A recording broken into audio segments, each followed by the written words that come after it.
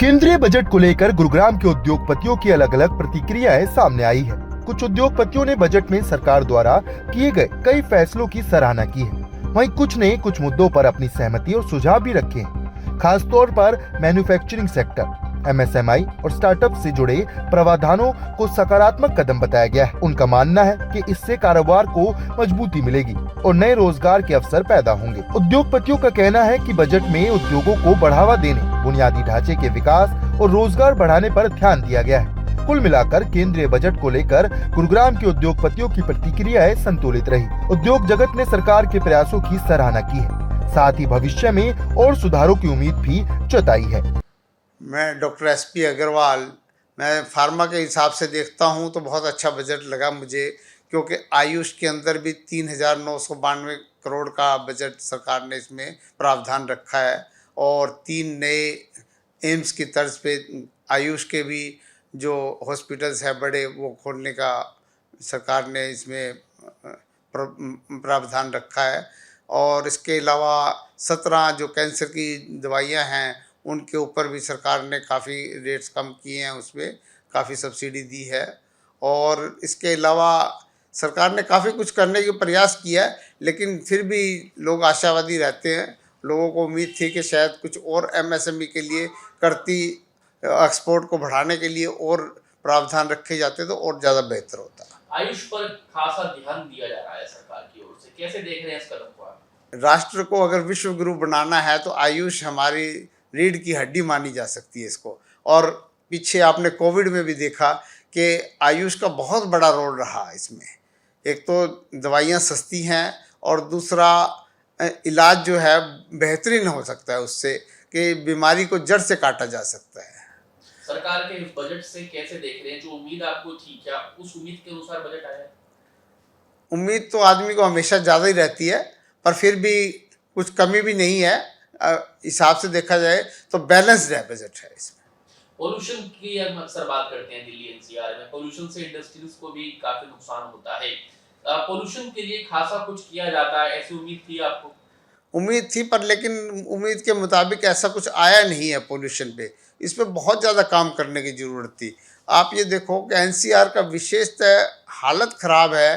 Pollution के दिनों में इंडस्ट्रीज बंद हो जाती है, गाड़ियाँ ले जा नहीं सकते हम लोग, मतलब चलना फिरना, सांस लेना बहुत मुश्किल हो जाता है। तो इस पे थोड़ा सा और ज़्यादा ध्यान देने की ज़रूरत थी। इस पे सरकार को चाहिए था कि कुछ न कुछ विशेष नीति लेके आते, कुछ अच्छा बजट लेके आते, जिससे इस पे पोल्यूशन से निजात पाई जा सकती। मैं अमन गुप्ता हूँ, director Rajdhani Syntex private limited. हमारी company non woven felts, carpets, automobile felts, insulation for garments and home furnishing export करती है। बजट आया है केंद्र सरकार का, इस बजट को कैसे देख रही हैं? जो उम्मीद थी, क्या उस उम्मीद के अनुसार ही बजट आया है? गवर्नमेंट ने काफ़ी चीज़ों पे कस्टम ड्यूटी कम करी है। एक्सपोर्ट के जो इनपुट्स होते हैं तो ये उस हिसाब से काफ़ी पॉजिटिव है। और टेक्सटाइल में और लेदर में इन्होंने स्पेशल फोकस दिया है। तो अभी हम उसको और समझ रहे हैं कि टेक्सटाइल में इन्होंने और क्या क्या रियायतें दी हैं। तो उस हिसाब से हमको ये बजट प्रो इंडस्ट्री लग रहा है, प्रो ग्रोथ है, अच्छा बजट है। जब भी बजट आता है तो इंडस्ट्रियलिस्ट जो हैं वो सोचते हैं कि अगर बजट में ये रहेगा तो हमारे लिए बहुत अच्छा रहेगा। क्या आपने सोचा था कि अगर बजट में ये चीज़ होती तो हमारे लिए बहुत बेहतर हो सकता था?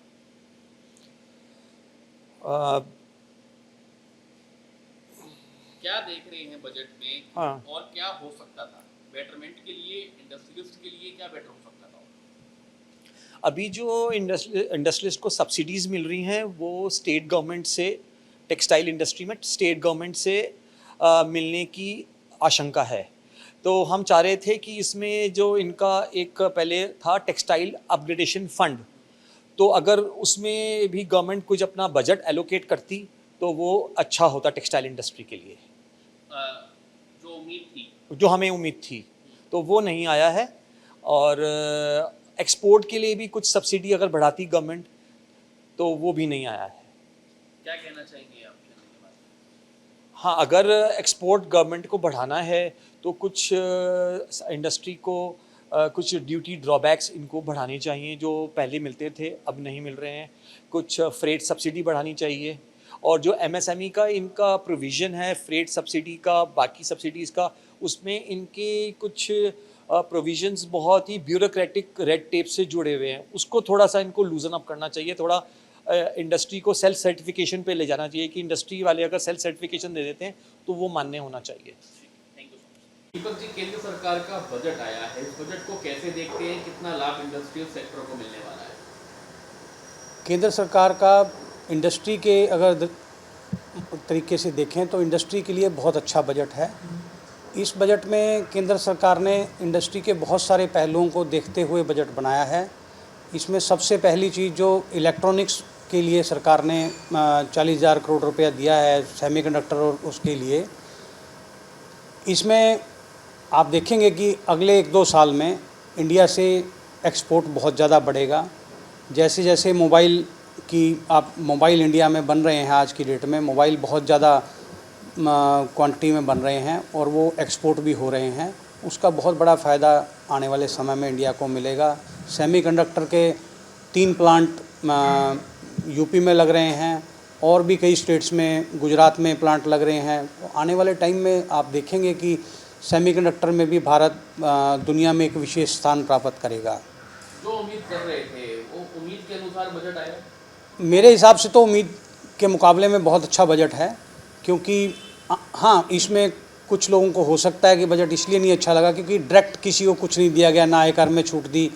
अगर वो छोटा मोटा कोई अगर ऐसा कर देते तो शायद लोगों को ज़्यादा बेहतर लगता, क्योंकि उससे डायरेक्ट बेनिफिट होता है। पर हम अगर इंडस्ट्री के हिसाब से देखें, एमएसएमई के बारे में बहुत अच्छा सरकार ने क्रेडिट स्कीम में कुछ बेनिफिट्स दिए हैं, 10,000 करोड़ का बेनिफिट दिया है। उसके अलावा जितनी सरकारी कंपनियां हैं उनको जेम पोर्टल पर एमएसएमई के थ्रू माल ख़रीदने की हिदायत दी गई है। वो लोग मैक्सिमम मटेरियल अब एमएसएमई के थ्रू ख़रीदेंगे।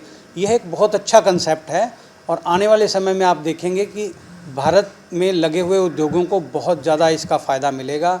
और जो आप डायरेक्ट फ़ायदे की बात कर रहे हैं, मेरे को नहीं लगता कि वो एक छोटा सा फ़ायदा लेके इस फ़ायदे को गंवाना चाहिए था। ये एक बहुत अच्छा बजट है। मेक इन इंडिया की हम बात कर रहे हैं, क्या एक बजट एक जरिया बन सकता है मेक इन इंडिया को आगे बढ़ाने के लिए? हाँ जी, मेक इन इंडिया को अगर आप देखें, जब से माननीय मोदी जी आए हैं तब से मेक इन इंडिया को प्रमोट कर रहे हैं। सरकार ने मेक इन इंडिया के तहत कई स्टार्टअप्स को बहुत ज़्यादा बेनिफिट्स दिए हैं। कई स्कीम्स हैं जो मेक इन इंडिया के लिए सरकार चला रही है। तो आप अभी देखिए, ईयू के साथ समझौता हुआ, वो भी मेक इन इंडिया को प्रमोट कर रहे हैं, करने के लिए किया गया। आज एक बहुत खुशखबरी की बात थी कि आज अमेरिका के साथ यूएस डील भी दोबारा से करी गई है। तो ये सब चीज़ें मेक इन इंडिया को प्रमोट करेंगी। इंडिया का माल अब बाहर के देशों में ज़्यादा से ज़्यादा बिकेगा, तो भारत की वाह तो होगी ही होगी। एक्सपोर्ट बढ़ सके, इसको लेकर भी बजट में खास तौर पर चीज़ें रखी गई हैं। कैसे देख रहे हैं इसको आप? एक्सपोर्ट बढ़ता है तो इकोनॉमी बेहतर होती है उससे? हाँ जी, बिल्कुल बेटर होती है। इकोनॉमी के लिए तो एक्सपोर्ट तो सबसे ज़रूरी चीज़ है, क्योंकि अगर आपने कुछ माल भारत जैसे बाहर से मंगाता है तो उसके लिए एक्सपोर्ट करना भी बहुत ज़रूरी है। नहीं तो भारत इंटरनेशनल लेवल पर पिछड़ जाएगा। तो एक्सपोर्ट को प्रमोट करने के लिए सरकार ने टेक्सटाइल के लिए, फार्मा के लिए, गारमेंट्स के लिए, ऑटोमोबाइल के लिए और भी बहुत सारी आइटम्स के लिए सरकार ने कई इनिशिएटिव लिए हैं। तो इससे एक्सपोर्ट बढ़ेगा और जैसे जैसे एक्सपोर्ट बढ़ेगा तो वैसे वैसे भारत तरक्की करेगा, पर आदमी की इनकम बढ़ेगी, रोज़गार बढ़ेगा। ये सब चीज़ें अच्छी हैं। ठीक है। Thank you.